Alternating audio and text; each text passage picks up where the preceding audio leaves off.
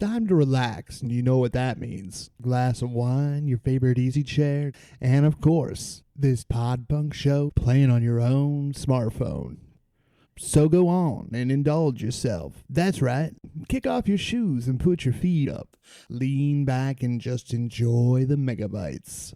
After all, music soothes even the savage beast.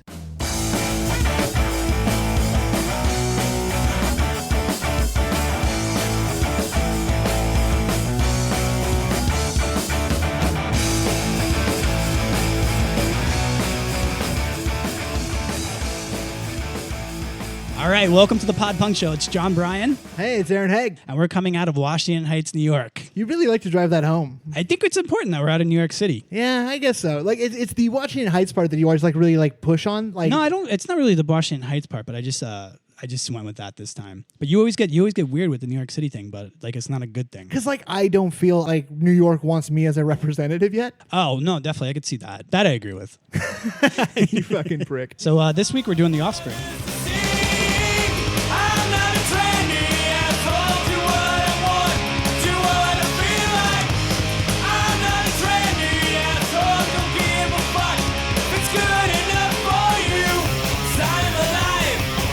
No, and this is a band that I think a lot of people are going to be really confused. Why are we doing the Offspring on a pop punk show? I'm just going to go right out there. They're 150% pop punk. Absolutely. First off, they're punk. Absolutely. Second, we're going to talk a lot of history on this show, so I want everybody to go and get a plaid shirt. And I just need everybody to get really annoyed about Bill Clinton's first term as president. Yeah, it's so annoying. Because we're going to go to 1994 in this episode hard. Yeah, we're going way, way back, but this is really important because I kind of feel bad too because anyone that's listening to this, because it is the Offspring, we're not talking to you, and we're really sorry, and we're not dumb. Like we know how important they are. We have to do this, unfortunately, because I think a lot of people don't realize like what they're dealing with. A lot of the people we're talking to on this show are people who know Blink-182, Fall Out Boy, Simple Plan, right? Like kind of the 2000 wave of pop punk, right? And unfortunately, when you say Offspring, they go, "Oh, the Pretty Fly for a White Guy dudes," or they no, not correct. So that's how I feel about that. I also think a lot of our audience doesn't even think of Offspring as the Pretty Fly Guy. I think that's because we're older. No, that's like the other part. If you're 8 years younger than us, you're just like, oh, you mean that modern rock band? Oh my gosh, yeah. No, I'm getting like high blood pressure right now. But it's so weird. So let's dive into it. There's a lot of history in this episode. So if you're big into like the history of pop punk, especially, or punk rock, also, good episode for you. If you don't care about that stuff, you're dumb. You know what? Yeah. But also, we'll have a lot of good stuff for you too in this one. Yeah, no, absolutely. There's a lot going on, and there's going to be a little bit of something for everybody. So let's get right down to it. We're going to bring you right back to that 1994 when Smash is coming out. Okay, so Smash, let's do a little history on this album. I'll give some overview here. Okay, cool. Smash comes out in 1994. Right. Why is this album important? So everyone thinks of pop punk not starting with, but like the big first benchmark was Green Day's first album, not first album, but Dookie, right? Yeah, Dookie was like kind of the beginning of modern pop punk. Smash is an album that also came out in 1994. Yes. Smash is an album that bridged the gap between grunge and punk rock. That's a really good way to put it. And one of my notes that I had from this week when I was listening to it, I was like, this is like, honestly, if you just change around the music a little bit, this is a grunge song. What's so weird about this album is literally some songs sound like just a grunge song, and some songs sound like a hybrid, and then some songs sound like a just straight punk song. Yeah, absolutely. Like skate punk, like Tony Hawk skate punk. Yeah. Yeah, it's really cool how they do it. So let's kind of want to do the history of the album and kind of the... let's focus in on why this album is important. This album is beyond important because it is the most successful selling independent record ever. Yeah, of all time. Of all time. And so that's going to put it in, and like they don't have the exact numbers. I've actually tried to get like a real count, but it's anywhere between 11 and 16 million records is what they've predicted. Worldwide, right? Worldwide that this is sold. It has 6 million sold in the US confirmed, like certified. That's 3 times platinum. And just for anybody out there, because things have changed and we don't really sell music the same way anymore now that we have iTunes and everyone's kind of like listening to singles. For an independent record label to put out an album and it to sell 6 million copies means that about 5 people are multi-millionaires. Like more money than almost more money than you can blow in a lifetime. Like almost. Oh, totally. Well, that's what's so crazy about it too is like because your deals you get when you're on an indie label are a lot more favorable. Yeah, they're not trying to fuck you. Well, not only that, you also the way it works when you're on a major, you're paying for everybody else's failures. So they have 100 bands. They need one band to go super big. That's going to cover the cost of everything else. Right. When you're on an indie, but here's the thing though: indie labels like the model then wasn't they would make money off of a record going big. Right. They would get a record that did pretty well. Then they have that band's contract bought out by a major, and that's where they make their money, not from sales. Like sales is always kind of just like for the love. Well, that was it. Like they were never expecting a band to do well because they don't have the tools. So for a band to get on an indie record label with the overhead that they have, when you actually know everybody that is working for your label by the first name, and they're also sitting at the same desk as you. Well, this album came out in 1994 on Epitaph, and we're going to talk a lot about Epitaph in this episode. Yeah, we're going to get into them. They had 5 employees. Yeah. Including Brett Gurewitz, who is the head of Epitaph. If everybody bought an album for $10, they sold 6 million copies, and they split the shares equally, which they didn't. Everybody's walking away with about $6 million. Is my math right, or is it wrong? Yeah, and you're not even including royalties, and you're not including radio play. You're talking literally just the sale of albums. Like how stupid the amount of money that was made off of this one album. And I mean, like we're focusing in on that only because the reason that this album was so important is it created the atmosphere that we grew up and knew. Like we knew Drive Through Records, we knew Fueled by Ramen, Epitaph again, Equal Vision, these Doghouse. These are all record labels that literally, besides Epitaph, obviously, they were able to come around and get a piece of the pie because they realized that you can actually make money doing this. They're completely built off of the proof of what Epitaph was able to do. Yeah. So let's talk a little bit about Epitaph quickly up to this point. Okay, cool. Let's do we're going to do a full episode probably someday. I think they're going to be the first record label that we actually cover. Yeah, because it's also the one I know about. And also, it's fucking fascinating. And it's important. They are definitely the most important indie record label out there. So we'll try to do it really quick. All right. Epitaph was started in the early 80s by Brett Gurewitz. Right. Gurewitz? Yeah, whatever. Brett G. Yeah. I've actually never heard his last name said. He's just always referred to as Brett. Or Mr. Brett. Yeah, Mr. Brett. So Mr. Brett started this label in the early 80s just to put out Bad Religion albums. Right. So he's fed up with trying to get his punk band like actually distributed and put out there. And he's like, you know what? We're going to do it ourselves. Like that's what we're going to do here. I don't even think he even would try to get it put out anywhere else because there's really no other labels. Yeah, so he just decides we're doing it ourselves. So he's now putting out his own band's like label. Yeah. So he gets a loan from his parents of like a couple grand, like $2,000 to like press albums. Mm-hmm. Which is a lot of money back then. Oh, yeah. And so they put out a couple of Bad Religion albums. Then towards the later 80s, after Suffer, which Suffer by Bad Religion is, in my opinion, the most important punk record from, like, there's kind of almost a before and after, like 1987, Suffer by Bad Religion comes out. Everything after that in some way ties back to that record. You're going to say it's like the missing link monkey. It's like pre-human, humans, and then this thing actually made the difference. Okay, that's really strong, but I agree with you on that. Yeah, so Suffer comes out, then he starts signing other bands. He starts signing in the early 90s. Yep. He becomes more of a label. So he signs Rancid. Yeah, he goes after Rancid. The guys who used to be in Operation Ivy, these just like kind of like gutter skate punks from the East Bay. Yep. He signs NoFX. More little skate punks, little Jewish skate punks. Yep. He signs Pennywise. So when you're an investor, the smartest thing you have to do is you have to stick with what you know. And Mr. Brett knows punk rock, and Mr. Brett knows California punk rock, specifically Southern California punk rock. So he's basically picking up all the bands that are coming out of this magnificent movement, and he now has first dibs on them. So they trust him. He's one of their own. All these bands started because of Suffer and Bad Religion. And honestly, it's amazing. Rancid, Sound, NoFX, Pennywise, all these bands, they heard Suffer and they realized, we can do this. That is a whole... Like, it's almost like they gave them the template for, like, a new style of punk rock. Yeah, like, the way I look at it is almost like when you have a successful band like that, it creates a planet. The ecosystem on that planet now lets life happen, and all these other little species just start popping up around that ecosystem, and that's essentially what they did with that. Because... Let's rewind a little bit before. So in the early 80s, there's kind of a different punk scene in LA. There's like Black Flag, a lot of that like type of... Yeah, it's very aggressive. It's almost militant. Yeah, it's violent. Yeah, like it's punk. We don't like anything. Everything It's sucks. punk in the way like even I'm a little scared of it. And like I'm not a guy who gets scared easy. Sure. And that kind of dies out a little bit because like it gets to the point that... actually, I read this in an article. It's a really good point. Yep.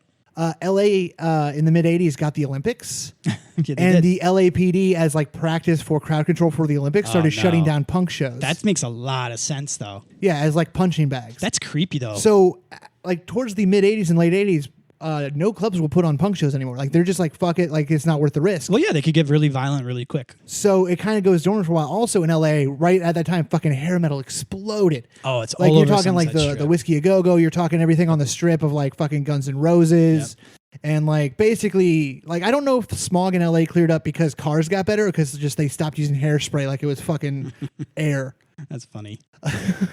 Yeah, no, but I know exactly what you mean. So punk has almost got to go underground, basically, even more underground. So honestly, that's kind of how I look at all genres. Like right now in the world, there's still punk bands, there's still like psychobilly bands, there's still ska bands. Genres to me, they kind of they're almost like diseases. They kind of go dormant and then they flare up. No, they absolutely do. And then they go dormant. No, absolutely. And like it's the same thing with the diseases. Once you get a bunch of people infected with it, it spreads to other people, and then once people get sick of it, get it? It goes away. So, God damn it! I'm so mad you made me laugh at that. So yeah, because here's what the audience doesn't know: you so sold that joke with your face. Like that's it, man. Like your entire face was a giant wink of like, huh? That's it. God damn it! I'm not getting dad joke this time. But it was totally a dad joke. No, it definitely was. That's why I started practicing. I do them in the mirror now. I'm like, it's all about. I got one shot. You only got one shot. Mom spaghetti. Yeah. All right. So basically, though, what you're not gonna do that half-ass Eminem rap, and I'm just gonna let it go. Basically, that was brilliant. Basically, though, what Aaron's trying to say here is, you have a perfect atmosphere in Los Angeles. Nobody is letting this punk thing happen anymore. Cops are now practicing shutting it down for the Olympics, which is making punk hate the man and establishment even more. But it's also creating this do-it-yourself because you're going like, I can't go to a venue anymore. If I want to put on a punk show, my punk band has to put on the show. Yeah. We'll headline it, and then we'll collect the money, and that's how we're going to do the things. Yeah, it became so DIY. Does that sound like something we all know from local bands? That sounds like, I think we're all a little familiar. We're all kind of punk in a way, right? So essentially what happens here is Mr. Brett starts Epitaph. He now is able to professionally package and process these bands to get out there. A big thing here to mention about Mr. Brett is he's also an engineer. Like he knows how to record because he recorded Suffer. Yeah, no, he's like a do-it-all. He's like a Leonardo da Vinci. But like he actually went to school and like learned how to like professionally record. He opened a recording studio in like a shit part of LA. Jesus. And that's why a lot of these bands came to him too, is because like they heard Suffer, they're like, that's amazing music, but they also heard that's the best sounding punk record they'd ever heard. So I hate to say it, but this guy's the Walmart of punk. Like you go to them, he will put out your record, he will record your record, he will produce your record. It's Walmart in the fact like it's a one-stop shop. Like they own the farm and he also owns the truck. He's got an unfair advantage. And that's what it takes though to get into a top spot. You need to have an unfair advantage on somebody else. Well, yeah, and it's also, so one of the bands he signed is this band who actually was a lot smaller than all the other bands on Epitaph at the time. And they're called The Offspring. Right. And what's hilarious about that is he did not want to sign The Offspring. Oh, really? Yeah. The Offspring had the same producer on their first 3 albums, Tom Wilson. And Tom basically had to convince Mr. Brett on their second album to take these guys. And he's like, I don't think they're that good. Third album is Smash. So it's like literally. Yeah, no, Smash exploded. Yeah. So it's but really Smash is also one of the few albums on Epitaph, especially at that time, that Brett didn't engineer. That's weird too, right? He engineered the demos, but like it was a lot of the sparkle and all the mastering and stuff. But it's just, to me, it was really interesting that one of his most successful bands, which, spoiler alert, he's going to have a really bad falling out with at some point. Whenever there's a lot of money involved, things tend to get nasty on business it's going to get a little sides. sour. It's a band he didn't even want to begin with and had to be basically convinced that they were going to be worth it. Also, Offspring, before Smash comes out, they were touring with NoFX as their opener in Europe. So, because like a big thing of Epitaph is like they were selling like a fair number of records, but literally with 5 people, and they would mail themselves to like mom and pops. It was nuts, dude. I can't even imagine what was going on in that operation. That had to be a great time to be in the music industry. Well, you know who one of the first like handful of employees for Epitaph was? I have no idea who. Fat Mike from NoFX. Yeah, it makes sense. Like that was his day job. Yeah, and like that's how he learned how to run his record label. I guarantee you, Fat Records is run at least the bare foundation of it is probably very similar. Fat Records to this day, they only put out or they only offer bands 1 record contracts. That's really rare. And they offer very like standard like equal split terms. Yeah, and the reason why that's rare is because when you're on a record label, basically what you want to say is like, I'm going to sign you right now. I know you're not that great, but I think in 2 albums from now, I'm going to make back my money tenfold. It's almost like when you buy a stock, you want to make money on that stock. So the fact that Fat Mike doesn't do that, that's amazing. No, because he literally, like, he always gives the bands the choice to leave or if they want to sign for another album. Yeah. Like, it's a very punk rock operation. That's great. It's almost like at the end you get an employee review and you get to decide whether or not you're fired or hired again. Yeah. That's a smart way to do it. The interesting thing with the Offspring compared to at the same time is it's 1994. So you have Dookie that just comes out. And Dookie is a legendary album. And what's incredible is Smash is kind of the same success level, but Dookie is the complete alter ego where it's completely major record label, the complete opposite side of the industry and style. And the thing that was going on at the time was there was a very, very cool movement coming out of Southern California. And the reason why it's so important is because there was a band called Nirvana and a movement called Grunge at the time. And as quickly as it took over the forefront, it's about to go away. You think so? Yeah, because of this Southern California movement. The Offspring, to me, their biggest accomplishment on this album and in general, because they don't ever get talked about as a punk band. No, they don't. It's really weird. It's actually almost kind of infuriating. Like, they're not my favorite band, but like the fact that they're just completely left out of the conversation. Yeah, and we'll get into that a little bit deeper, but it is an interesting fact. I mean, they do run with all the bands that we consider like in that circle. Yeah. And they are as magnificent and profound as those bands in that circle. But for whatever reason, whenever you think about the table, I don't see them sitting at the table. They get no respect from like the community. Yeah, it's really weird. Like they have total like mainstream respect. Like they have respect from people who don't care who Bad Religion is. They get respect from people who don't care about punk rock at all. Yeah. So the thing that I appreciate about The Offspring. Okay. Is the fact that they're still together, and for the most part, they're still together with almost all of the original members. And as you've probably noticed, I'm actually trying to count now how many episodes this has come up in. Yeah. Bouncing Souls, episode 2. That's a big one right there. Absolutely. And who did they lose? Who's their only different member? It was like an in-and-out drummer, right? Drummer. Yep. Episode 4, Good Charlotte. Right. In-and-out drummer. Yeah. Okay. I see a pattern. Episode 6, Say Anything. Who do they keep? Well, that one's hard because they replace everybody. Well, I was going to say, when you're the only person in your band, it's tough to... but the drummer is the only other like kind of like normal movement that he has in that band. So, but like we've talked about it a lot, like the drummer is the most important piece of a punk band in a lot of ways. Absolutely. Like a quality drummer, but they're also... Drummers in punk rock to me are actually kind of like the tires on a car. Like they're the most important part in a lot of ways. Absolutely. But they also have to they wear out. They only have so many treads, and then after it's gone, you got to replace it. You only get like probably like 10 tours on a drummer before you got to go send them out, or you got to get them retreaded. That's really funny too, because that works in your theory. You can have an amazing engine and an amazing body. If you don't have the right tire, you're not really going anywhere. Yeah, you're just going to spin out. That's the other part when the bands is like when they replace their drummer, they get a really good drummer. All of a sudden they blow up. It's like, well, you have the right tires now. I'm going to apologize for this pun, but it's where the rubber meets the road. Yeah, I mean that's a really bad pun, but it's so true. So I can't even get mad at it. So yeah, but like their members here, who do we got? We have the lead singer Dexter. We have Greg K, who's on bass. He does backing vocals. Greg K. Yep. We have Noodles, who is Kevin Wasserman. That's their lead guitarist, who I want to talk about in a little bit. And then we have Pete Parada, who's been on drums since 2007. Yeah. Also, do you know who was recorded on some Offspring albums? No, I have no idea. He came up in episode 4. He's my favorite drummer of all time, Josh Freese. Oh, wow. That's the Rancid, right? world's studio drummer. Oh, no. I just said Rancid like I knew him. No. Who's the bassist for Rancid? Matt Freeman. That's what I thought you meant. Yeah. that doesn't make sense. So yeah, Josh Freese, who's like the, really quick drummer for the Vandals, drummer for A Perfect Circle. He's played on over 400 albums from everybody from Sting to Cher to the Suicidal Tendencies. He's a professional session drummer is what that is. Like he's not a hired gun. He's the hired gun. He's the industry standard when you need a complicated drum part recorded. Yeah. He recorded, Good Charlotte's like huge album. Like he's the guy you go to. He recorded for the Offspring for a while while they were in between drummers. Let's talk about too. This band's been together since 1984 with its current basically members. Yeah, their core. With the core members. How Holy insane shit. is that, dude? Let me put it in perspective. In 1984, my dad was 19. Let's put it also in perspective. Guns N' Roses has come and gone. Nirvana has come and gone. There's been so many monumental bands that started after that and broke up before that. The Beatles. The Beatles were already gone. But no, I know what you mean though. It's absolutely insane. And so here's my theory on that.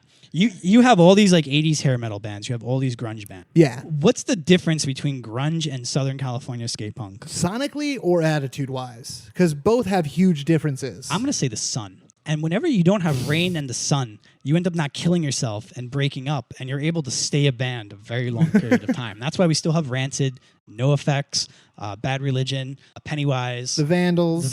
They're all still together. You know why? Because they like life. And that's literally like when you think of like the way grunge was towards the industry and also punk was towards the industry, they both are anti-industry. Just one only gets rain and misery.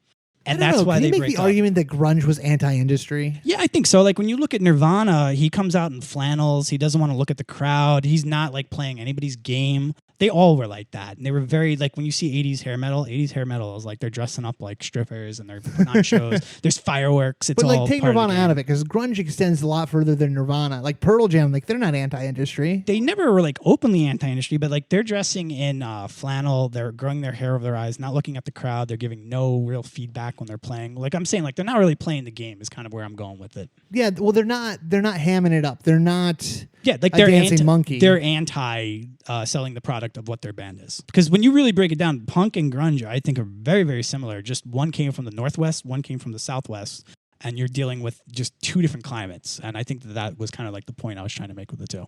No, I think that's a good comparison. Also, like sonically, music-wise, they have a lot of crossover. Like Nirvana's first album, Bleach. Yes. You hear a lot of punk influences on. You hear a lot of punk undertones. Even on Nevermind. There's a lot of intermixing. Yeah, Territorial Pissings off of Nevermind is basically like a punk song. Yeah, absolutely. And you're talking about three major scenes right now. You're talking about the Seattle scene, which is grunge. Then you're talking about the Bay scene, which is Rancid and Green Day. And then you're talking about the Southern Cal scene, which is really skate punk. It's just really interesting. Oh, the Bay scene was really skate punk. Like they all were, I guess. Yeah, you're kind of dealing with that. But I for whatever reason, I don't consider Rancid and Green Day as like skate punk. But I consider all the Southern California. NoFX was like a skate punk band. That's true. Were they from the Bay Area though? Or are they from Southern California? NoFX is out of the Bay. Oh, really? That's awesome. I thought they're from SoCal, but I got you. Okay, so this is what I found interesting with this band. You have three guys that are all the same age. Okay? Yeah. And they're underage basically. And then they get this guy Noodles who ends up joining their band. And they had at that point they were bringing guitarists in and out. This is 1984, 1985, like right when the band's starting. Which is crazy. My mom was 14. It's beyond insane. So you have these guys talking about it. Dexter, who is the lead singer, is playing drums. And then all of a sudden he starts playing guitar. And then they move him to singing. Okay, so now they're trying to find another guitarist to play with them. And they end up getting this loser from high school. But he's a janitor. He's not going to the high school. He's just this weirdo that's like working, and he's a janitor in high school, and his name is Noodles. Okay. And he's over 21, so he can buy beer. And they go, "You're our guy." And that's literally how Noodles ends up in the Offspring. And it's perfect. And he's a little bit older than everybody. So it's kind of an interesting little tidbit there. Okay, because I knew he was a little older, and I knew he was the janitor at their school. Yeah. The beer thing makes sense, but I never like... And then I also, too, like, if you ever look at him, he's always wearing, like, a working class, like, blue-collar shirt with, like, the name tag on it. It looks like a janitor's outfit. Oh, really? Yeah, I'm pretty sure he's giving a nod back to that. Yeah, that's totally... That makes sense. That's pretty cool. So let's talk about the album here, Smash. Let's see. You want to go into tracks, or what do you want to go into first? Yeah, I mean, let's go into the whole Monty here. Let's go into tracks. Okay, so it opens with a narrator that we parodied in the open. Yeah. It opens with this spoken word thing that we parodied in the opening of the episode. It does. How do you feel about that? I mean, I like it. Like, I always like, because the opening track to me, like, it doesn't matter. Like, I love it. Oh, you love it? I love it. And the reason why I love it is, like, we've gotten so iTunes friendly where it's singles. You know what I mean? Like two albums are going to come out 3 months before the song's released or the album's released, like that type of thing. And I just like it because like there's no way around it. They're basically saying, and I'm pretty sure at the time too, it's still more cassettes. So there's no way around that. You kind of have to take in the whole thing the way that they meant it. Well, that's kind of something I miss too. Like I do miss like, because this narrator too, he comes up in the first track. Right. He comes up again later on in the album again, like at the end of a song, like he goes like, I really liked it. Let's see what's next. Yeah, it's like right in between like one of their singles. He comes right back in. I think it comes out like right before come out and play. Like it's almost awesome. like elbowing you. Yeah, he's like, hey, this next one you're going to like. It did well in our test audience. Did you know Noodles got stabbed at a punk show back in the 80s? That's off topic, but I love it. Why? How? Skinhead. Fucking skinheads, man. Stabbed him in the shoulder. That kind of goes back to what you were saying with the cops and like coming in and like knocking out. Yeah, no, shit was hardcore. That was dangerous. Have you ever been to any shows up here in the city where you felt uncomfortable, like a punk show or anything? No. There's still movements in New York City that are very, very like authentic punk. I've been to a couple of them. It's scary as hell. Gutter punk. Yeah, it almost feels like you're at like a militia or like an all political movement type of thing, or it just doesn't. You don't want to be there. It doesn't feel right. And it seems like everybody's like Oh wow, I didn't know we were that serious about things now. It's really, really scary. No, really quick though, like just for our younger listeners and our listeners who, because like again, we're talking about a punk episode here. If you're one of our listeners that you're listening because of Good Charlotte or you're listening because of pop punk, like we're gonna get to that point why this is important to that. But skinheads are monsters that you should avoid to save your own life. Yeah, no, he's got a point. If you see a skinhead, you should cross the street. Yeah, no, you totally should, because like they're horrible, terrible people. Skinheads they're usually racist and they're just hateful. All these kids are looking it up now. They're like, oh my God, I didn't know my gym teacher was a skinhead. It's like, no, he's balding. Okay? There's a difference between skinhead and balding. Some guys will just accept that they're balding and they will shave their head. That's not a skinhead. Mom, Aaron and Chad said Mr. Brown is a skinhead. How do they know I don't like? Oh, Jesus. Yeah, but no, like skinheads, they're a terrible thing. And they still exist a little bit, but like they were a huge problem. So much so, Mr. Clean almost didn't make it. That's so dumb. Well, actually, no, Mr. Clean is actually a reformed skinhead. He's a reformed skinhead. The clean part used to be about white power. He still has the earring to remember where he came from. I'm never going to look at Lemon Fresh the same again. Oh, that lemon is actually the smell of crushed skulls at a punk show. Jesus fucking Christ. You know what actually gets blood out of a carpet in like a VFW hall? Tell me, Aaron. Mr. Clean. Mr. Clean. Brought to you by the alt-right Mr. Clean. My, oh my, we having fun. I enjoyed that. Let's get on to enough. I enjoyed that. Let's talk. Do you want to get into singles, or what's your favorite track off of Smash? Come Out and Play. Okay. Do you want to get into that song a little bit here? Yeah, let's do it. Okay, so Come Out and Play, it starts with this percussion part that's kind of interesting. It's very staccato. He's not playing a hi-hat. He's actually hitting the stand of his hi-hat to get like a tink. Okay, that's cool. I didn't even realize that. Yeah. That's awesome. This song also is about gun violence. Is that what it's about, really? Yeah. When I was listening to it, I took it more of like, it was like a macho approach of like, we're from a scene that kind of fights a lot, like physically fights. Oh. And he's just like, you want to call me that? No, he's referring a little bit to the LA riots. Oh, really? That's deep. Gun I didn't violence, realize that. because gun violence in LA at the time was fucking insane. Oh my gosh. No, I can't imagine. It's probably like what Chicago is right now. Yeah. So it has this voiceover of a Scottish man doing a Mexican accent. It does, which is fantastic, by the way. Where he goes, gotta keep them separated. It's so awesome. It's like Rob Schneider on Retainer. Oh, totally. You can do it. They do. They kind of have like a Rob Schneider one-liner kind of appeal. Honestly, like, it's kind of like gross. I don't know if we want to make this a thing, but if Offspring was a comedian, they would be Rob Schneider. They absolutely would. Like, you should respect him. He did great work on SNL, but you never give him the comedy cred. Because Adam Sandler is Green Day. Yeah, and all you remember for him is Deuce Bigelow. Yeah, no. Which is Pretty Fly for a White Guy. Yeah, no, that's a really good comparison. He is the Rob Schneider of the 90s of punk.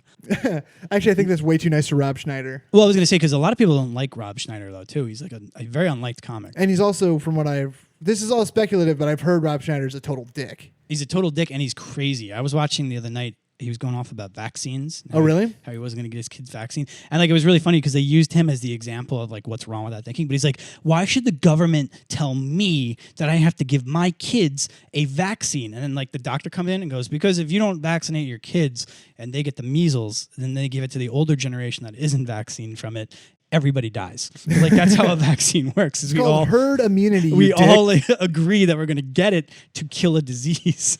So thank you, Rob Schneider. Please make another Deuce Bigelow. So also about Come Out and Play, what do you think is some other like really notable differences or kind of specifics about it? I mean, it's just, to me, it's a very, very interesting song when it comes up to the structure, because I'm so used to, like, especially radio hits, having like a full out, type of chorus and a hook. And it's a very, very jerky song. And it's very, very unnatural to what I'm used to hearing like on a song like that. Totally. And also, I want to point out I kind of want to do a little quick segment here. Yeah. Cool? Yeah, that's good. One of the things to me that is very noticeable or very noteworthy about Come Out and Play is the Egyptian guitar riff. What are some things you like about the guitar part of that riff, though? I like all of Noodle's guitar work, and it's Noodles and Dexter, obviously. And from what I understand, Dexter is the songwriter, but it's just, for pop punk, it's just so tight and perfect. It is. It's really crunchy. Like, you know what I mean? Like, it's almost like when you take something and you boil it down to its essence and then you bottle it. Like, they do that with every single one of their guitar hooks. It's so good. It loops perfectly. Yeah. And it doesn't resolve, so you keep wanting to start over. Right, and then also the other part that I like is they're not relying on like a lead hook, really. Like, a lot of their guitar work is all the rhythm, like, basically driving it through. To me, what I'm trying to say though is like that is so hard to write. Like it's almost like when you see like a piece of food and it's been deconstructed down to like tomato, basil, and cheese, and you're like, oh my god, that's so simple. It's so good, and you're like, that's so hard to do though. It's like it's really really cool. Like that 70-year-old whiskey is really just like grains and thyme. Absolutely insane. So that little addictive riff, that little lead part. Yes. That isn't I know John gets on me a lot. He doesn't get on me a lot. John is very specific about, he thinks rocket science is boring, and that's what he calls like really deep music theory talk. Well, no. I don't think it's boring. I just think that there's so much complicated things going on that if you don't understand rocket science, you can't appreciate it. Right. So that's why I think it's boring. I don't think it's boring because it's boring, but I just think like, people like go like, okay, because they can't understand it. Right. Like, that's kind of what it is. It's if I actually sat here and be like, well, it's actually in G Mixolydian and all that shit. Right. Like if Elon Musk sat down and explained to me why the SpaceX is able to take off and then land back on a barge and he's breaking down the math, I'm probably, and I think 99% of the people are going to start to trail off. But if I'm another rocket scientist, I'm going to be like, Fair enough. Yep. So I want to talk about this in a more accessible way. I'm not going to actually talk in music theory terms very much. Cool. So that sound, what it really comes from, so there's a guy from the 60s and 70s who's a huge surf guitarist, right? Right. What's his name? His name is Dick Dale. So Dick Dale, he's this surf guitarist in the 60s. Do you know that opening theme to Pulp Fiction? Yes, I do. That's also that Black Eyed Peas songs. They that's really they sampled it. Which, by the way, anybody that we had to explain to who the Offspring was will probably know it from the Black Eyed Peas song. So you wanted to talk about that. So why was that important for you to bring up? To me, it defines so much of the Offspring sound and what makes them sound so different. So this key, what it comes from and what it's used in a lot is this Dick Dale and surf songs. It's really interesting, too, because the key is very uplifting. Totally. It actually kind of like makes you kind of want to get up and dance. Like that's kind of just how it feels. I was also going to say it's also interesting that he was like a surf like guy because they are beach punk basically. Like they all have like bleached hair, and it's kind of like I guess maybe it's their ode to like, they're kind of surf punk in a way. It's almost like they're kind of like in a smart way giving like a really cool like respect to somebody that was like influential to them. Oh, totally. And they're finding they're doing what artists do. They found a sound that isn't used anymore, and they found a way to incorporate elements of that into Southern California punk. It's so cool because it actually works perfectly with Southern California lifestyle. But I think that little riff, the weird opening drum part, and the weird spoken keep them separated refrain, it's what makes it so noteworthy and interesting. It's also what makes it so unforgettable and identifiable. No, that's so true. It's very like it's even so like I was an Offspring fan, but I wasn't a diehard Offspring fan. And then this week we actually started really diving into it. And the minute that song came on, I was like, oh my God, I love this song. And it's just like in like your muscle DNA memory, like the minute you hear it. Because here's actually part of my theory about why Smash blew up and why Come Out and Play like just destroyed. Yeah, I wanted to talk a little bit about that, but what's your theory? That key, it's also not just surf rock. It's also used a lot in klezmer music. Do you know what that is? Is that like ha blah da dee da? Exactly.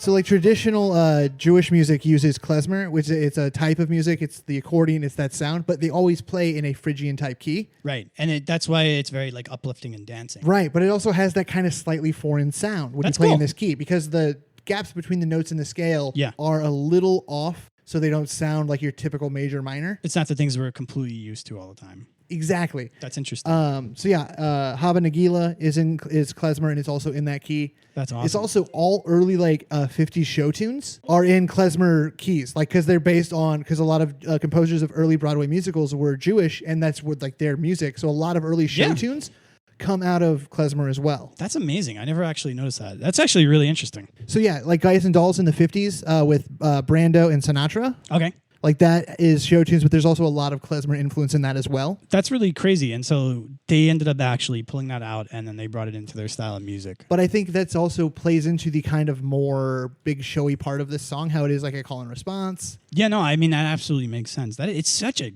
good, catchy song. It's just so different. But here's my theory about why this song exploded too, okay? Let's hear it. So right now we're in 2017, right? If you turn on Kiss FM or you turn on your local top 40 pop station, you're going to go a good 20 minutes in a row frequently without ever hearing a guitar, right? Yeah, that's pretty true. Because like electronic music is big right now, rap is big right now. If you hear guitar, it's actually usually sampled. It's not a big part of the song. Yeah, it tends to not be involved anymore in top 40 radio. Now flash back to 1994, okay? Okay, I'm with you. every song on the radio is guitar. It is. It's all guitar driven. Yeah, you got Soundgarden, you got Stone Temple Pilots, you got Nirvana, you got Green Day. Pearl Jam. And also Come Out and Play broke off of a radio station called K-Rock. Oh, wow. That's a legendary radio station. Yeah, in L.A. Right. Yep. We could actually probably do an episode on K-Rock at some point. K-Rock is also, they were the ones that housed Howard Stern there when he came out of nowhere. And also K-Rock is where, like, they were a radio station that was a taste maker. Like, they didn't, like, just play what labels pushed to them. They played what the fuck they wanted to. They were a kingmaker. Yeah, and then they kind of forced the hand of the labels. Yep. So Come Out and Play comes out on that and it starts killing it. Like, that's how it got radio play. I didn't know that. That's crazy. But here's why I think this album took off. Okay, you have that opening drum part that's very distinct because he's using the stand, he's using all these different tones and these different percussion. Okay. You have that spoken word refrain of Keep Them Separated. Yep. And you have that like weird Egyptian riff. That makes this song stick out in a land filled with distorted guitars. No, it's true. It's a completely different tempo and style of what you're used to. Yeah, it's a mid-tempo song. It's not fast. It's not slow. You hear that Keep Them Separated thing. That sticks in your head. You're going to remember that. Yeah, absolutely. It's almost like I was gonna say like we're getting back into comedy, but like when you watch Saturday Night Live and one of their characters has a catchphrase, it's the exact same thing of what that song's doing. It's a catchphrase, keep them separated. It's the catchphrase of the song. I can see Rob Schneider sitting in his Corvette with the top down, and it just pulls up right next to us, and he just looks at me and goes, "Gotta keep them separated," and then the light turns green. Like you also, can you in your head say "gotta keep them separated" and it doesn't kick in your head? No, I can hear the entire song automatically plays. It's gotta keep them separated. It's crazy. It's really catchy. It's infectious. It's addictive. So no, that's a good song. It's not my favorite off the album, but it's definitely a great song, and I love that song. That's cool. And what's really interesting too with this album is they're using the same producer now. This is the third album, same producer for all three, but the last time they use them, Biff from Back to the Future, Tom Wilson. Tom Wilson, Biff. And it's probably a different Tom Wilson, right? Yeah, I would assume so. If not, though, wow. That's like the best kept secret in Hollywood. That would be if Biff is the actual. You know what? Actually, after Back to the Future 3, he took a break from acting and decided, you know what? I'm going to produce punk records. Well, yeah, we're about to jump to another song, but I just wanted to bring up that Noodle recorded this album Smash. He was older than 31. Really? That's very old. He was 31 in 1994? Yep. Hang on. What year was your dad born? 57. 57? Yeah. Oof. My dad was born in 65. Is that younger or older? that's when I was younger, I couldn't figure out. My mom was born July 3rd, and my Aunt Patty was born July 6th, but my Aunt Patty was older.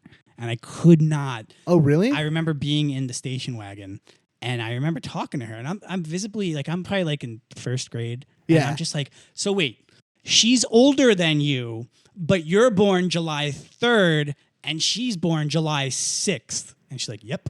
And I'm like, okay, how? Like, I couldn't figure out at the time that it was the year, not the month. That is super adorable. Let's take a quick break, and we'll be right back. Okay, cool.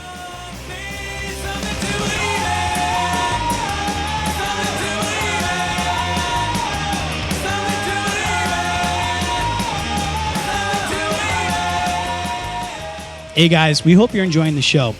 If you are, it would help us out a lot if you could rate, review, and subscribe in iTunes or however else you get your podcasting fix. Or better yet, just tell somebody you know via word of mouth. It goes a lot farther than you think. If you'd like to get in contact with us here at the show, you can find us on Twitter at PodPunkShow. You can also email the show at podpunkshow@gmail.com. If you're in a band and you want us to consider using one of your songs underneath a future episode at the end, or maybe if we really like it, we'll tell people to go listen to it, you can also email it to us again at podpunkshow@gmail.com. Thank you so much for listening. Let's get back to the show.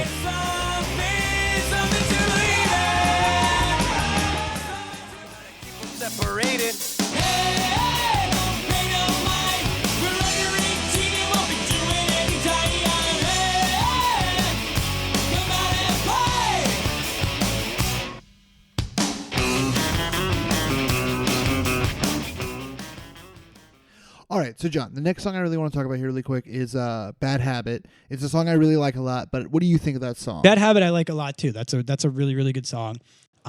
Obviously, it's not a radio-friendly song. Unfortunately, although it's like a you pointed this out to me the other day. It's like a masterfully crafted Circle Pit song. No, big time. And then also too, it's actually for the better it wasn't a radio song, because I could see it's a song about road rage, and I could see a lot of people getting caught up in the moment. Oh fuck yeah, yeah. It's almost an anthem for road rage. It's exactly what it is, and just the fact that they bring up the guns in it too, and you were talking about gun play in the other song. It's just really weird. Like you almost think like, what the hell is going on with these guys? Like when they're off stage, like yeah, but like again though, this was Sign of the Times, right? Yeah, this was recorded in like late '93, early '94. This is the Rodney King, the LA riots. This is when gun violence. O.J. Simpson. Yeah, OJ. This is when gun violence, especially in LA, but across the country, was at its peak. Like it's decreased since then. So this is every year. Yeah, this is the straight out of Compton years. Yeah, this is when it's like fucking gangster dangerous. rap is about to take over. So that's why I think guns are a big theme on this. Yeah. This song is actually funny enough. It's actually not about him really having road rage or what inspired it. Right. I read the story of him talking about this in an interview. So Bad Habit is a song about road rage. Of course. He actually had a piece of shit tiny car because also Dexter Holland has his master's. He actually might have his doctorate now. I'm not sure. But in like microbiology or something. Right, and that makes perfect sense because Dexter's his nickname. So it's like Point Dexter. Exactly. Yeah, so he's the smarty pants. But he comes from a long vein of really intelligent punk musicians. So crazy. Greg Graffin from Bad Religion is a professor at UCLA. Of course, why not? He writes papers about like organisms and like archaeology. That's so like funny. He has published papers. No, I believe it. And then there's a lot of examples of this, but the other one that pops to mind right off the top of my head is Milo Ackerman. Milo Ackerman. He is the singer of The Descendants. Okay. The reason The Descendants don't tour constantly and only put out albums every couple of years is because he has a PhD and he's a researcher in like chemistry or something like that. So anyway, back to this song. Yeah. My favorite part of it is two things. I love the opening bass line. Very cool. It's very ominous too. And they also they let it build up the suspense, which is really, really cool. Oh yeah, totally. And then my second favorite part is the bridge, where he goes, what is it? You stupid, dumb shit, goddamn motherfucker. Which is hilarious. So we never got into our memories yet on The Offspring, which is kind of our usual flow. Yeah. We never did that. So do you want to go first or should I go? Well, I mean, my memory is going to be pretty pathetic. Okay, because, that's fine. I was never really into the Offspring. So like when I was hearing some of the songs off of Smash, I knew them obviously, like they're big songs, but I wasn't super familiar with the album. So my memory was literally, just to tie it back to what you were just talking about, is the goddamn stupid ass motherfucker part. Yeah. Was like literally this week when I was listening to the album, I had gotten to that part and I thought it was really great. And you had texted me the actual words at the exact same time. Yeah, because we were talking about that song. We were talking about the album. We both had hit play at almost the same time because I was like, hey man, like I'm about to listen to Smash, and I think you were like, oh shit, I'll do that. Or you were listening it and we both started talking about it. Yeah, you brought it up and I'm like, oh, I haven't heard that in a while. Right. So we both were about 10 seconds off from the album where it started, and like literally like right as that part hit, I was like, oh man, that was awesome. And then all of a sudden I looked down and I had the exact same thing. And you're like, just wait till you get to that part. And I was like, oh, I just got to that. So it was really good. So like my memory is a lot more decent. And other than that, it's pretty fly for a white guy. So like, which also came out right at the same time as Tom Green, the Bum song. So in my head, they're like the other spoof band. It's like, oh, there's Weird Al, there's Tom Green, and then there's those guys that do the spoof rap song. Oh, that actually reminds me of, it was like the summer of like 06 or 07. Like the two biggest modern rock songs coming out at the time was Blue October, the Hate Me Today, and then the other one was Crazy Bitch by Buck Cherry. Oh wow! So like those two songs, nothing alike, but they were every other song was one of those two. They're gonna be tied to each other then. Also, just really quick, let's go into this. I said this to you, and you're like, I have a note about that. Dexter Holland's voice, who he sounds the most like to me, but he doesn't sound like him. But like they're in the same register and range. He sounds a lot like him. No, wait. Just spoiler alert. If you like Dexter, he could potentially ruin Dexter for the rest of your life. So that's all I have to say. So, on the count of 3, if you don't want to have this glass shatter moment, just fast forward 30 seconds. There you go. And we'll go through this in 30 seconds and be done. So 1, 2, 3. Dexter Holland sounds just like Weird Al Yankovic. Like so much like Weird Al Yankovic that I actually stopped and said like, it sounds like Dexter's doing a Weird Al Yankovic impression. Oh wait, Dexter actually sounds a lot like Weird Al, a lot. They have they have a very similar timbre of their voice, but they sing in like the same keys. And it's also the way that they do their harmonies. But for whatever reason, the way Dexter's voice is, he layers the harmonies with himself, and then sometimes he uses the other guys. He'll use like Greg or Noodles as backups, but his harmonies are Dexter. He sounds a lot like Weird Al with those. Mm-hmm. Totally. Oh, it's so weird. So, do you want to go on to your second favorite song? Oh yeah, let's do Self-Esteem.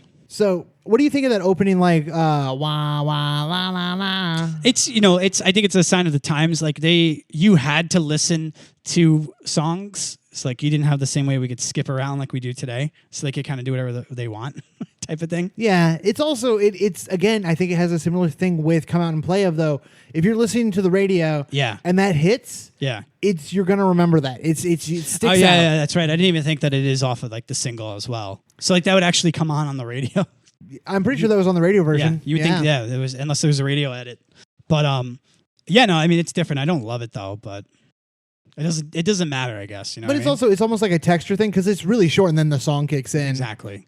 But yeah, you were saying this is a very Nirvana spirited song. Oh, big time. Like he's even like just the way he's singing. He normally sounds like Dexter, and he does, but the way he's holding it out, whatever he's doing with his voice, it's very Kurt Cobain. The structure of it, of quiet part with mostly bass and drums, and then the same thing with guitar. It's very Teen Spirit. It almost Teen Spirit. I think when they were writing this song, Teen Spirit might have been playing a lot. Teen Spirit is the spirit animal of this song. Absolutely. No, I agree with that. Also, the content of the song is interesting for a song because this is also the 90s where this is after like the machismo fucking hair metal big dick bullshit of the 80s. Right. So a lot of the grunge in 90s was like, that's not the only way to be a man. You don't have to be fucking a gross piece of shit like Warren talking about like cherry pie. Yeah. And that shit. She's my cherry pie. Which to me, in my recollection, cherry pie is like the last dying whimper of like hair metal. Yeah, it's pretty much at the end of everything. Because it kind of like caps that whole era off. Yeah, it does. It kind of puts the final nail in the coffin. So like there's a lot of vulnerability in what he's talking about. He's talking about like my girlfriend's like really mean to me. Well, yeah, I mean that's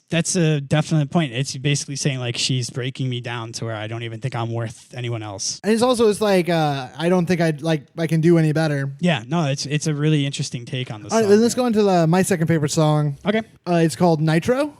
Yeah, it is.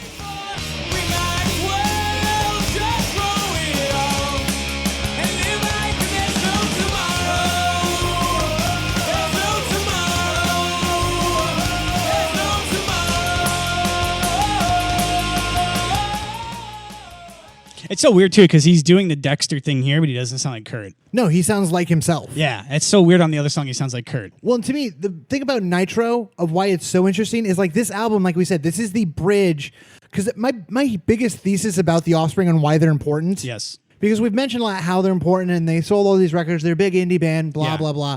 That to me is not what's important here. And it's not why I think they needed to be brought up on our show. Okay. The reason I had to bring them up, they set the scene for the transformation in the 90s from grunge into punk. And like Rancid came out, they were huge. They were on SNL. They sold a bunch of records. NoFX sold a bunch of records. Yeah. And a lot of it's off of the back of Offspring more than Green Day. No, absolutely. But then all the bands that we talk about today, like when we talk about Paramore, we talk about Fall Out Boy, we talk about like pop punk of the 2000s. Those all tie back to the 90s of like MXPX and Blink-182. Right. Blink-182 and MXPX tie right back to NoFX and Rancid. You don't have those unless you have them. But the other thing too is like kind of to bring out here that you're bringing it up. They're punk. They're punk rock. They're pop punk. It's weird because it's not overly catchy, even though they have singles. No. Honestly, I don't think their singles would hold up today if they can. Maybe a couple of them would. Maybe I could be misspeaking, but I don't think they would hold up. I think Green Day's singles off of Dookie would. Well, yeah, Green Day's timeless. Like that album is weird though. It's a very mainstream, acceptable album. You know what I'm saying? Totally. And so like when you think Rancid and you think NoFX, you're kind of thinking like more of the punks, like with the triple time on the hats or like the really crazy bass lines that are driven. Yeah. Offspring's not really doing that. They do it a little bit, but they're more more like they're closer to what pop punk became. Right, but it's what you're trying to say though is I'm trying to back it up, I guess. Like they have a lot of grunge, they have a lot of punk rock, and they have a lot of pop punk. They're honestly, to me, out of these Epitaph bands at the time, they are the most pop punk versus punk. Oh yeah, no, absolutely. And they kind of leaned that way before everybody else did. Yeah. Because honestly, too, when you look at the scene of like the 90s, like this 1994, 1995 are huge years for punk rock and like my generation of punk rock, the stuff that I love the most. Beyond huge. It laid the layers. And it was so huge because those bands had to become established for the poppier bands to kind of jump up out of them. Exactly, and to inspire those bands years later. Like Out Come the Wolves by Rancid is an amazing album. That came out in 95. That came out and got accepted and got radio play because of The Offspring. Yeah, no, it's absolutely true. And like to me, that's why The Offspring are so instrumental and so important. And that's why I get frustrated that they didn't get any fucking credit. Yeah, and actually, now you're bringing up a good point because now I'm kind of getting mad again. Because like they literally, there was a brick wall and they fucking smashed the brick wall and then took all the pieces of brick and they're like, here, we're going to pave the road now forward with those bricks. Everybody follow us. But like it's so important. And now when you look back at it, what are they? Right. Well, they're still hugely successful. Yeah. They have a following. Of course, they sold 40 million copies. Can you imagine? They've been a band for over 30 years. Same three guys. And nobody even looks at them. You know what I mean? Like, they don't have any they get no fucking punk cred. It's absolutely insane. It's infuriating. And like, just so that everybody else can kind of like what he was getting on before is in order for you to get Simple Plan, you need Rancid to start getting airplay. You need record labels. This is a business. You need record labels to realize that if you just make it a little bit poppier or if you start to, it's almost like natural selection because record labels don't necessarily take a band and make them change their sound, but they do sign bands and they do start to sign certain bands that have a certain sound. Right. And that's how you do it. It's like natural selection where people breed and the guy with the one arm that's shorter than the other arm, he doesn't really get any kids. So he kind of disappears. But the really tall guy, he's the one that gets all the kids. So like basically that's what record labels do. And you need them to see like, oh wow, we can make a lot of money from this type of music. Let's keep doing it. Next thing you have Dude Ranch from Blink-182. 1997 right there. That does not happen if Smash doesn't do that and if Rancid does. Saturday Night Live, Rancid? Yeah, Rancid, which is like, this was in an article I read that's really defines Rancid what they were when like they came to Epitaph. They refer to them as street urchins, which is such the exact way to refer to them. They were. Right now, if you're, and I don't want to be too New York City, but if you walk down St. Mark's and there's like Scabs, there's like Crusties. Yeah, Crust That's Punks. Rancid. Like literally, if you're, and for the Offspring to do what they did. Their name is fucking Rancid. Yeah, for the Offspring, it's, oh my God. It's like, I'm just getting so angry again though. Like I just like, and you know what it comes down to? Let's just get right down to it. So what ends up happening here is the label that they're on that is creating all of these bands that are coming out of the California punk scene. And they have a major falling out with the Offspring. And it gets bad. And what ends up happening? They get blacklisted. That's the only way I can describe it. They get fucking... We have no information on this, by the way. We have like bits and pieces of like narrative and spoken history. We'll actually link to this really great Rolling Stone article about the Smash. Really good, yeah. They interview everyone in Offspring. They interview Mr. Brett. It's the owner of Epitaph. So, but basically what happened is Smash blows up. It explodes. Yeah, let me just put it this way. There was a point where Mr. Brett was offered $50 million. $50 million. To sell 49% of Epitaph. So just so like people that don't know business, that's basically somebody saying, I'm going to give you $50 million and you still keep 100% control of your company because you own 51% of it. So it's still your thing. I just want to make some of the profits that you're making. Here's $50 million. And he was like, nah, I'm cool. Thanks, man. Yeah. So that's how much money we're talking about that's going through this system here. $50 million. It's so insane. Because like also there's all these stories and like firsthand accounts of like Epitaph did the distribution for this. Yeah. Mr. Brett, it's actually, I don't know why we're calling him Mr. Brett. That's his nickname. That's how I know him. Oh, really? Yeah, growing up, Mr. Brett. Oh, I never knew that. No, that's literally what he's known as. I thought you came up with that and it's fun to say. No, literally, like he's Mr. Brett. He's always been. He mortgaged his house just to pay for the physical copies to be made of the cassettes and CDs. It's so insane. There's this falling out because Offspring, to their credit, they tried for a good year and a half, 2 years to like work out a deal with Mr. Brett and Epitaph. Yeah, like Dexter, who's the leader of the Offspring, he had long-term goals. Yeah. With Epitaph. Like this wasn't like they were like Smash got big and all of a sudden the band's now like, you guys are just, you should be happy to have us. You know, we're going to sign majors now. This is like our chance to like break out and just like do everything. They were like, hey man, like we were with you. We grew this. You didn't really want to sign us when we got with you. You stuck with us. You're part of this. You are part of the Offspring. Like, let's keep doing this together. Well, they wanted a lot more money than he was willing to give them. Well, of course. I mean, that's always the case too. They wanted their share. You know, they wanted to wet their beak a little bit. Well, a lot of it too is though they wanted They wanted a deal too that was based on what that company was valued, like that $50 million offer. Yeah. They wanted that kind of money, but he didn't take that offer. Well, yeah, that's true too. And also, here's the thing: like, we weren't there at the time, and also, I honestly think neither the Offspring or Mr. Brett and Epitaph handled this well. Oh no, it was weird. It was like a bunch of like punk guys that had a record label trying to dispute business. Is kind of how it went down. Weird how that happened. Like, no one came out clean, really.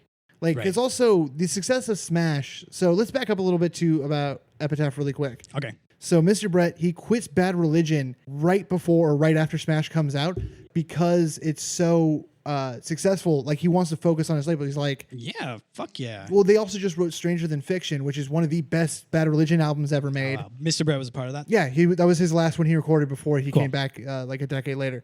So he's like, I just recorded the best album I think I'm ever going to be able to write. Right. This label is like, these bands are really going somewhere, and like, I think they need my attention full time. He quits Bad Religion. Right. He focuses on Smash. He had a lot of problems with drugs when he was younger in like the 80s. After Smash comes out, he starts to dabble a little bit and then goes back into like a spiral. You let a little loose. You have a band go platinum. You know, that's a lot of money. He'd been clean since he was like in his early 20s. He's like, I'm not a kid anymore. I can handle having a good time. Yeah. Not realizing he's an addict. That's an addict's like first mistake right there. I can have one beer. It'll be all right. One thing I will say though is in every article about Smash, like all these retrospectives or these oral histories, Mr. Brett never talks, like he always regrets, because they went back and forth at each other in the press. Yeah. Like they drug their laundry out into public. Oh no, it was really public. And on both sides too. Like, well, I mean, this is what I heard. So because like I've heard a lot of different stories from this, and I have a source, so I can link us to it as well. And there's multiple versions of this, but the Offspring side of it is kind of like what I was drawn to. Basically, what it seems like is Mr. Brett was trying to kind of go behind the band's back and sell the rights to the album to a major record label, because obviously at this point, major record labels are saying like, we want that, like that's making you a lot of money, and like you're doing nothing with it, like it's doing it all its own, because you're an independent record label. Obviously, Epitaph is set up to push their stuff.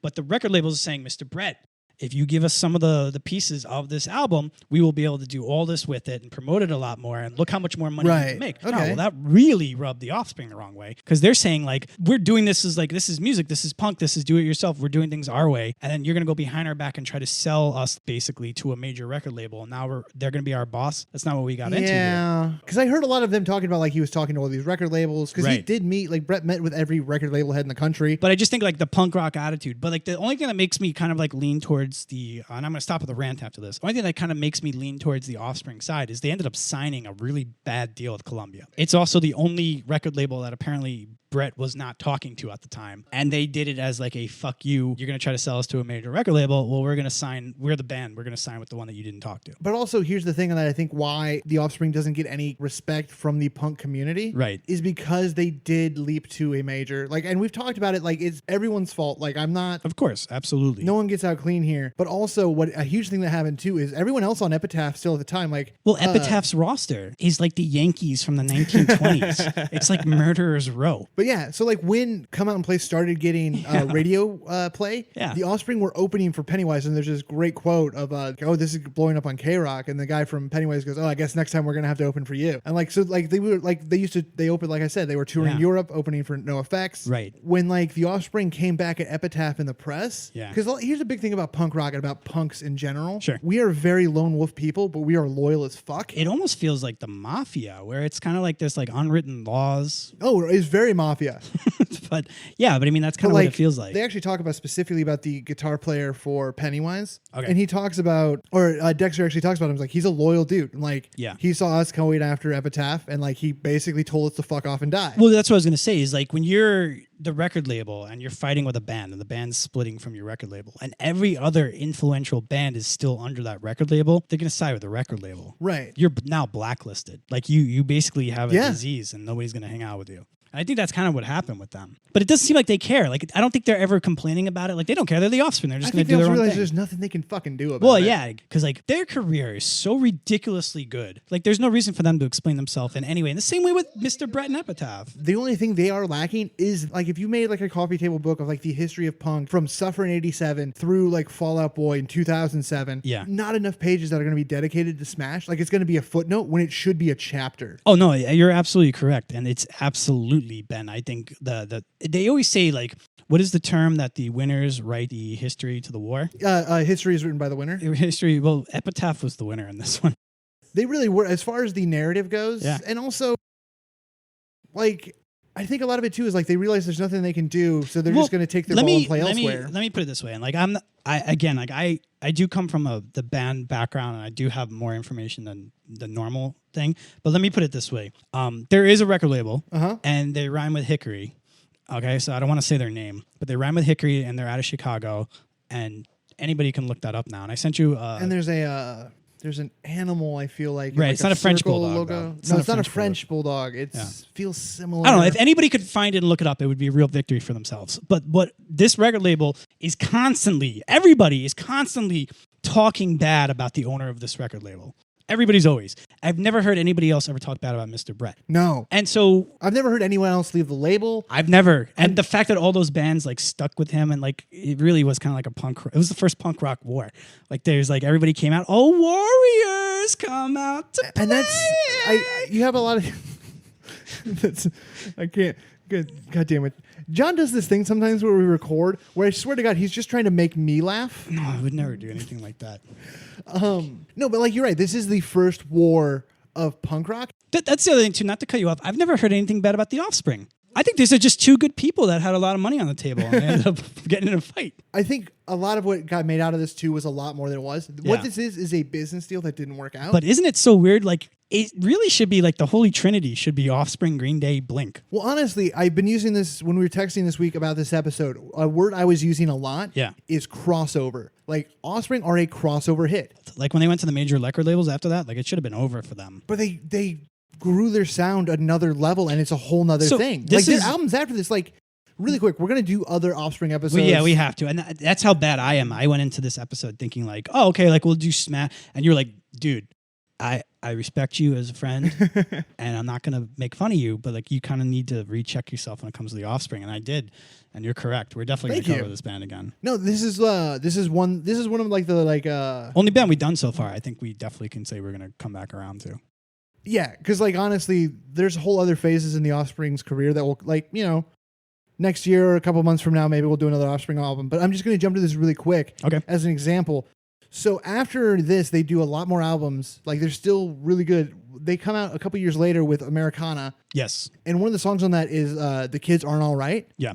Which is one of the best punk songs ever fucking written. No, it's definitely in the top 10 like ever. It's like the lyrical content, the theme of it, the actual music of it, everything is about what punk rock is. It's an anthem. It's literally like it's like but it's not an anthem in a way of like it's not like not the definition of a song like that's a power anthem. It's saying it's like if God came down and created the commandments, it's one of the 10 commandments to punk it's rock. An anthem in the way of like it's a sincere anthem, like because anthem a lot of time you think of like Rock and Roll All Night by Kiss, or you think of The Anthem by Good Charlotte. Or like Bohemian Rhapsody or something like that. Yeah, things that were written, well, that one's a little different because that's actually, I think, was written to be itself. But like a lot of anthems are written to be an anthem. Yeah. Kids Aren't All Right. Like as much as like, they're on a major label, they're really successful. I'm using the term anthem in more of the sense of the definition of the word. No, that's what I'm agreeing with. And not the definition that it's been given to music. Exactly. No, that's what I'm no, of course, absolutely. Yeah, I'm sculpted out with. I totally agree. Like kids, but like that's the thing is like they're a band that gets no fucking credit as a punk band. They don't get credit at all for anything. Well, they do from their fans, and like from modern rock, they're just like another modern rock. And anybody band. right now that's an Offspring fan, like you're probably getting really angry and screaming the lyrics of the breakdown of Bad Habit. And I completely get where you're coming from, but they honestly, if you're not an Offspring fan, like they never happened. I think people who are punk fans and Offspring fans know this. I think it's so weird though, because like they're still around. Yeah, but I think they didn't keep going for like a punk authenticity. You know where they're really big? Australia. There's a lot of bands big in Australia. They're like one of Australia's top bands. Really? Like I probably even still. That doesn't surprise me though. Yeah. But like you know how like they like peaked in America and they kind of came back down from that because they peaked twice. They do Smash and then they come back up with Americana and then they go back down. I think in Australia they're still going up. Like their Everest hasn't hit yet. Well, like because after like their big albums in the 90s, like they peaked as far as like the top 40 pop charts go. Yeah.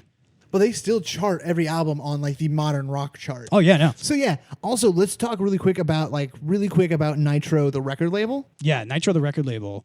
is right after Smash, Dexter and the guitarist Greg basically break off. They basically decide that they're going to take a lot of the money that they made from Smash and start to put it back into like their band and music. And so they start Nitro label. Yeah. And the first song that they release is the original Offspring that wasn't put out by Epitaph. And then they also start to sign like really influential bands. They broke AFI. Yeah. They picked up the Vandals and gave them a second win. Let's talk about that. The Vandals are their first sign on Nitro. Yeah, that was like one of their big first bands. Do you know this? Just a fun fact of trivia. Do you know who the first band on Epitaph was besides Bad Religion? I don't, but I think I have an inkling where you're going with this. It was the Vandals. That is so crazy. Interesting thing, though, about the album that was put out by Epitaph is called Peace Through Vandalism by the Vandals. That's one. This is also the early 80s, like, totally different kind of incarnation of the Vandals. Okay. Where they're weird and a lot different than they are in, like, the 90s incarnation. But anyway, what happened with that is that's the first record that Mr. Brett put out that wasn't a Bad Religion album. This is when he's still, like, a kid. This isn't a real label yet. Okay. And he kind of fucked the Vandals over on him because like he didn't really understand that you have to pay royalties. It's so weird. So it's almost like the band that was blacklisted from the big record label ended up signing another band that got ticked over by the big record label. Right. They get, but well, what's interesting though is like, so there's also this other record label called Kung Fu Records. Oh, of course, they're big. Yeah. Do you know who that's started by? Isn't that Blink was on Kung Fu? They put out Buddha, right? Yeah, which was started by Joe Escalante from the Vandals with money that was backpaid to him by Brett from Epitaph. God, my head just blew. There's so much interbreeding here with bands. But did you see what I'm saying, though? Like, yeah. Blink is directly connected to Epitaph, The Offspring, and Bad Religion. When, Mr. Brett was like in his early 20s and like he didn't understand really how to do accounting. Man, Mr. Brett, legend, man. Yeah, he to me, like, that's why you and I, like, a couple episodes ago, you brought up Drive-Thru Records. Yeah. I don't know fuck all about Drive-Thru Records. They're literally what Mr. Brett was to emo. Right. And that's why you and I are such an interesting combo for this show. Right. Of like my real hardcore love and like passion and knowledge, especially. Right.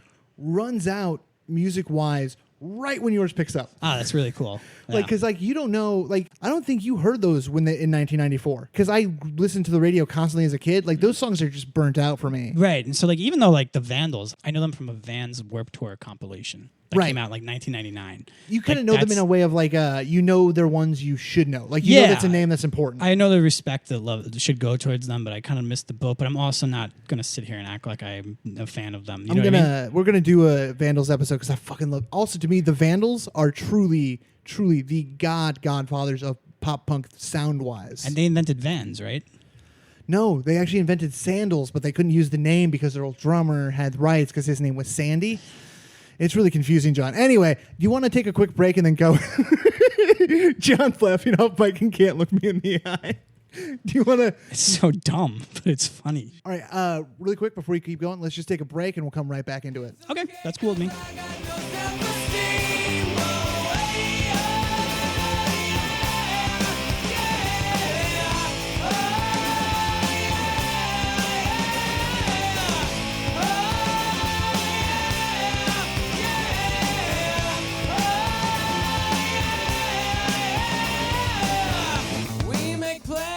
Whose band, like, because we usually, like, we've revealed before who usually goes first for the verdict. Yeah.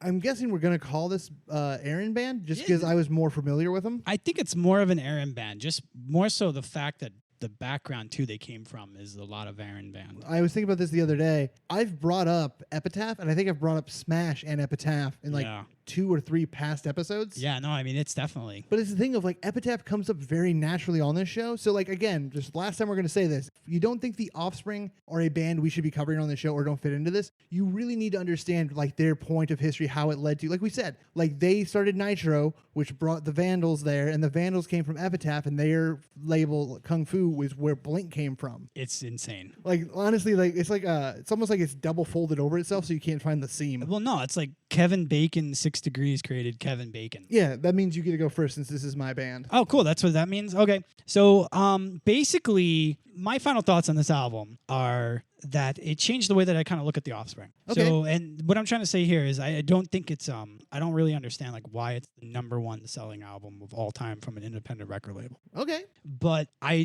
think it was more of being in the right place at the right time with the right band with the right songs type of deal. I still think that the band is completely influential. I think that they've actually produced a lot of really good songs since, which is very, very impressive. Yeah. And some of their newer stuff I actually really, really, really like. So I'm really excited to see what they're going to put out in 2018. And any band that can be doing this for 30 years and still going is incredible to me. That being said, I'm still going to give the album a 5 out of 5. 5 out of 5. Yeah, and like it's a weird one because I don't necessarily feel it's a 5 out of 5, but I feel that it deserves a 5 out of 5. Does that make any sense to you? You're almost like you're taking a step back and looking at the entire scheme and not just the music itself. Yeah, like it's almost like I'm seeing like the martyrdom that they did with It's kind of like the Velvet Underground thing, like that whole theory of music. Like the Velvet Underground weren't a great band, but they inspired so many bands that became great. You know, like it's like I feel like it deserves the respect. Like in reality, to me, it's like a 2 out of 5 or 3 out of 5. But that's also like, because we talk about this a lot, like are our ratings objective or subjective? Of course, this time I'm doing a subjective. Well, I'd say it's actually objective. Like 5 out of 5 of where it belongs, but subjective, you only like it like a 2 out of 5. Exactly. I was thinking objective of like looking at it from an objective angle. Mm-hmm. Okay, I got you. Fair enough. Okay, so for me, my thing of this is like this album actually is one of the first albums I had. Yeah. That I remember buying. Like I bought this album. I listened. Like I played this thing to death. Right. Exactly. Also, when I first got this album, I was 13, and honestly, Bad Habit. That part where he goes, you stupid, goddamn, dumb shit, motherfucker. Oh, as a 13-year-old, that's got to be amazing. And I think we got derailed earlier when I was trying to bring this up in my memory. Sure. I mentioned before I used to DJ like the middle school dances and stuff. You've told me many times. I've only told you once. You've told me a couple times, actually. It's only made it into one episode. Oh, okay. Well, you told me once. So I think I know I've told you before I used to DJ the middle school dances and stuff. Yeah, that's pretty cool. Not really. No, you were like a DJ before it was cool to be a DJ. Like That's fair. You're like the original Skrillex. It was really fun for me too. So I remember one of my big memories too is like when I was tearing stuff down at the end of the night. And, yeah. Like, kids were kind of still waiting for their parents and stuff. Well, that does. Like I was gonna say too, not to cut you up, but like you actually had a DJ back then. Like you didn't have technology. Like the iPod didn't exist. Oh no, that's true. Because how we did it is all the kids brought their CDs. Yeah, and they'd make requests and stuff. But like I'd be like, okay, we need a slow song, we need a fast song, we need. You had to manage a line basically. And also, this is like a redneck school, so I had to figure out how are we gonna go from Shania Twain to Good Charlotte to Kelly Clarkson to Keith Urban. Yeah, and you didn't even wear a hat that looked like a mouse, did you? No. I actually decided to go with a zebra, but it felt racist. I could definitely see that.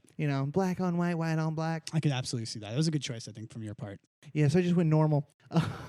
Maybe it hurt your career, though. Honestly, my DJ career really fell off after that. Yeah, I never really heard much about it. So one of my the reason I bring this up though is because when I was like breaking down the PA at the end of the night and stuff, right? And the kids are kind of around. There's still like a couple teachers there and stuff, right?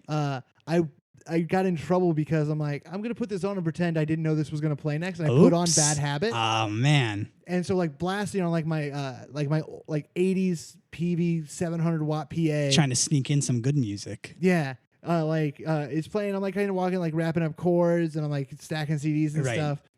And like in the lunchroom with all the tables against the wall, you just hear, "You stupid goddamn fuck motherfucker!" Oh man!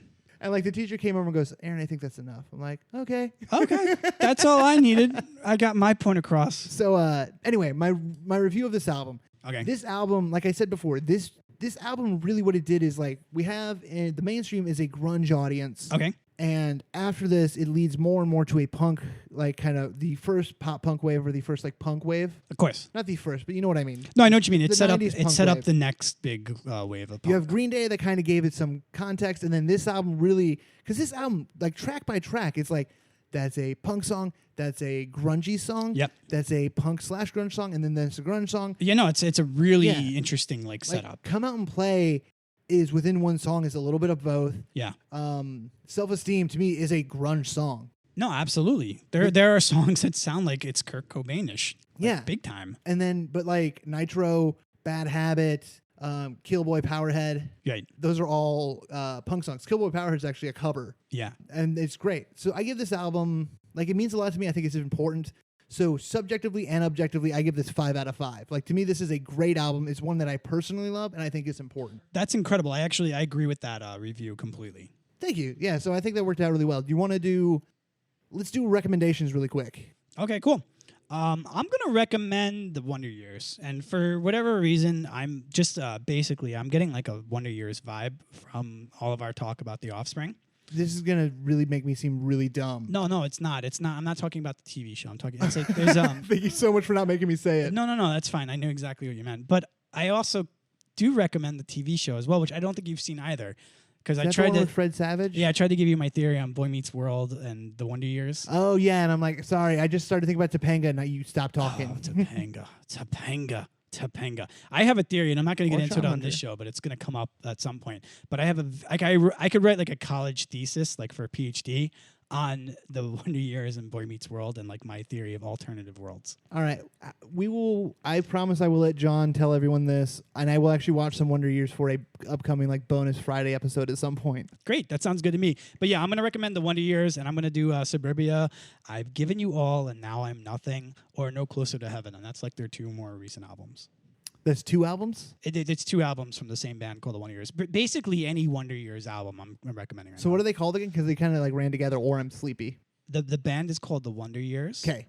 And the album is called Suburbia, I've Given You All, and Now I'm Nothing. Or the other album is called No Closer to Heaven. Okay, cool. Because you have to, like, I think that was fair of me to not understand, because those 2 albums are like, they're very Fall Out Boy. It's a mush mouth. There's a lot going on. It's from the era of long statements. Yeah, I blame Pete Wentz for that completely. I'm going to punch that man in the face because he didn't give me the respect I deserve. Track number 3 coming up. Our lawyers made me change the name of this song because I told Mick what I'm going to do today on Saturday in Chicago. It's so annoying. Yeah, it is really Pete Wentzy, right? He did kind of do that. It's very like cerebral. It's very much like self-aware. I feel bad now, too, because I feel like I should have been a little bit more generous to Smash. Really? Yeah, because like I'm just like, the more I'm thinking about it, like any album that on an independent record label is going to go 3 times platinum, and it's just going to set up like all this other ecosystems. You know what I mean? So I guess that's kind of like what I was trying to say with it, and I didn't get it out correctly. No, that's fine. Yeah. But you gave it 5 out of 5. Absolutely. And I understand why you personally like it like 2 out of 5. Like, because like it's not. Yeah, I mean, there's other Offspring albums I like more. Yeah, and it's not your cup of tea. Like you're like we've said before, like you're not a punk rock guy. But I do say this is when we focus in on the band and we start to listen to them, I can kind of tell where I'm at with them based on if I'm singing their songs in my head. I've been singing this entire album, and I've gone to listen to it just like not even doing it as homework. No, totally. So yeah. That being said, who would you recommend this week, Aaron? If you have anything, I'm gonna recommend a cheese, a pickle. I do love pepper jack. Really? Do you not like pepper jack? I like it, but I don't consider it like a real cheese because it's kind of like Colby Jack, and then pepper jack is just Colby Jack with like jalapeno put in it.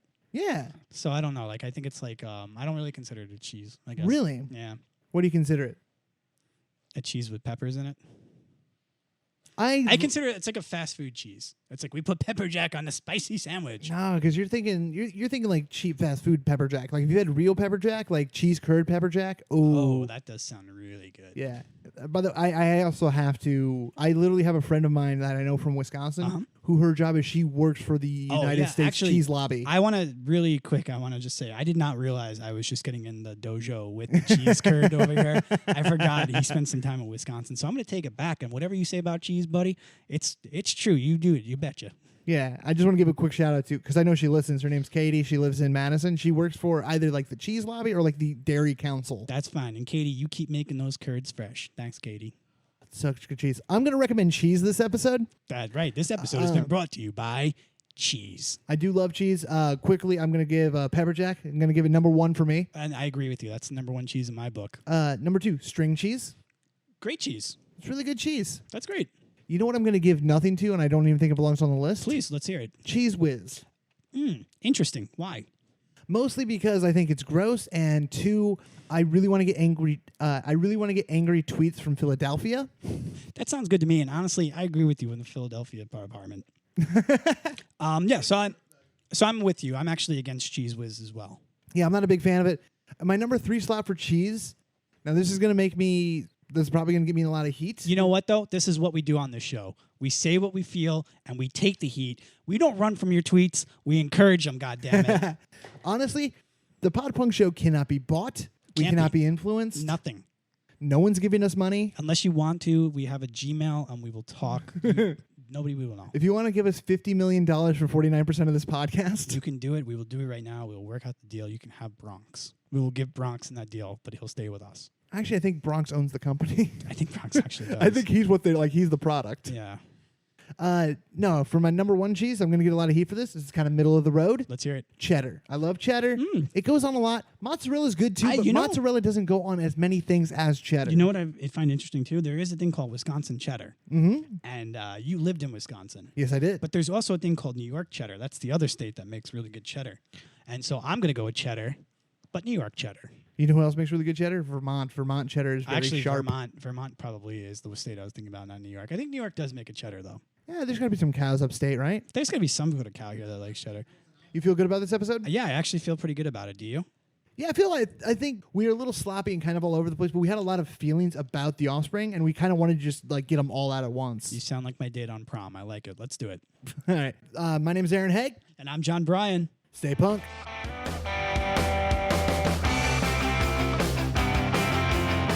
All right, everybody. I really hope you enjoyed this week's episode. So before we go, we're just going to do our music credits. That's things we dropped and played in this week's episode. All right, so off of the Offspring album Smash from 1994, we played Come Out and Play, Smash, Something to Believe in, Nitro, and Self-Esteem. We also played a little bit of a song called Miserlou by Dick Dale off the album The King of Surf Guitar. That was that little Pulp Fiction song in there that we kind of referenced a little bit. Great album. Really shows you a lot of surf influence in Offspring if you listen to that whole album. We also played Hava Nagila, which is a traditional Jewish song. I also want to say thank you to the r/Offspring subreddit. They really helped us find some sources on stuff we were unclear about. Especially want to thank Little Miss 1565. She's a user there on Reddit. Super helpful. Thank you guys so much for listening. We'll be back next week with another episode. Be sure to check us out on Twitter, Facebook, email, the places. We're on all of them. All right. Thanks, everybody, and stay punk.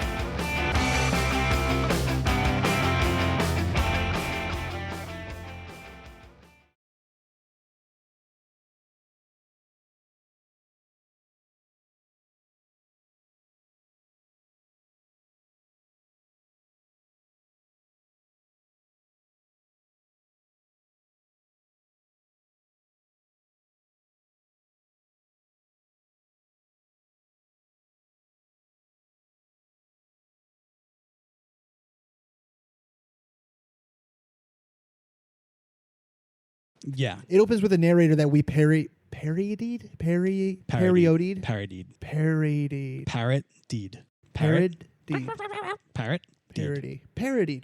Sorry, I got really hung up there. Thank you. It's all good. 1, 2, 3, 4.